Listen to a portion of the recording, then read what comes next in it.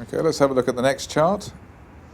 Well, obviously, I don't know how, most of the people listening in, how, their time frame, whether they're just, where's the next 8 hours or the next 20 minutes or whatever. But right hard on the back of Independence Day, we've got the Fed.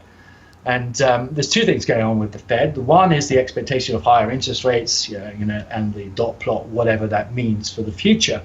And which is interesting because it now looks, to me at least, the Fed's got a little bit ahead of the curve, or the market's expectation of the Fed's got ahead of the curve, and people were expecting excessive tightening, which hasn't been justified either. You've seen a turn down in economic growth. You have a turn down in inflation.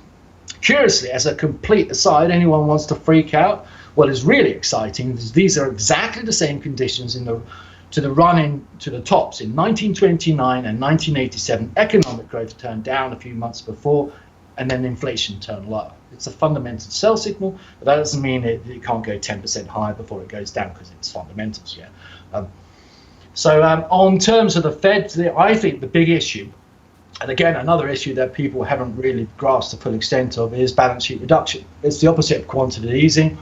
Quantitative easing wasn't printing money, but effectively it was giving the banks, by buying bonds off them, putting money in their reserve account, gave them the ability to lend more and do more things. Balance sheet reduction means the opposite, which means the banks will have less money, less ability to lend, that they will be buying fewer bonds, they won't be front running the bond auction so much, which means the bond market and yields will start to firm through that process. If you remember the beginning of quantitative easing, then the dollar went down. Then this will give pressure, this will give support to the dollar through the early stages, at least the early stages of balance sheet reduction.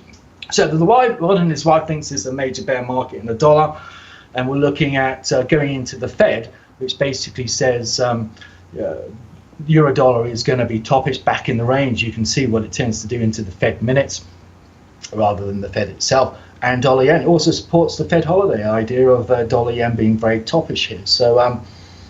So that means basically highlights, I think, the shorter term.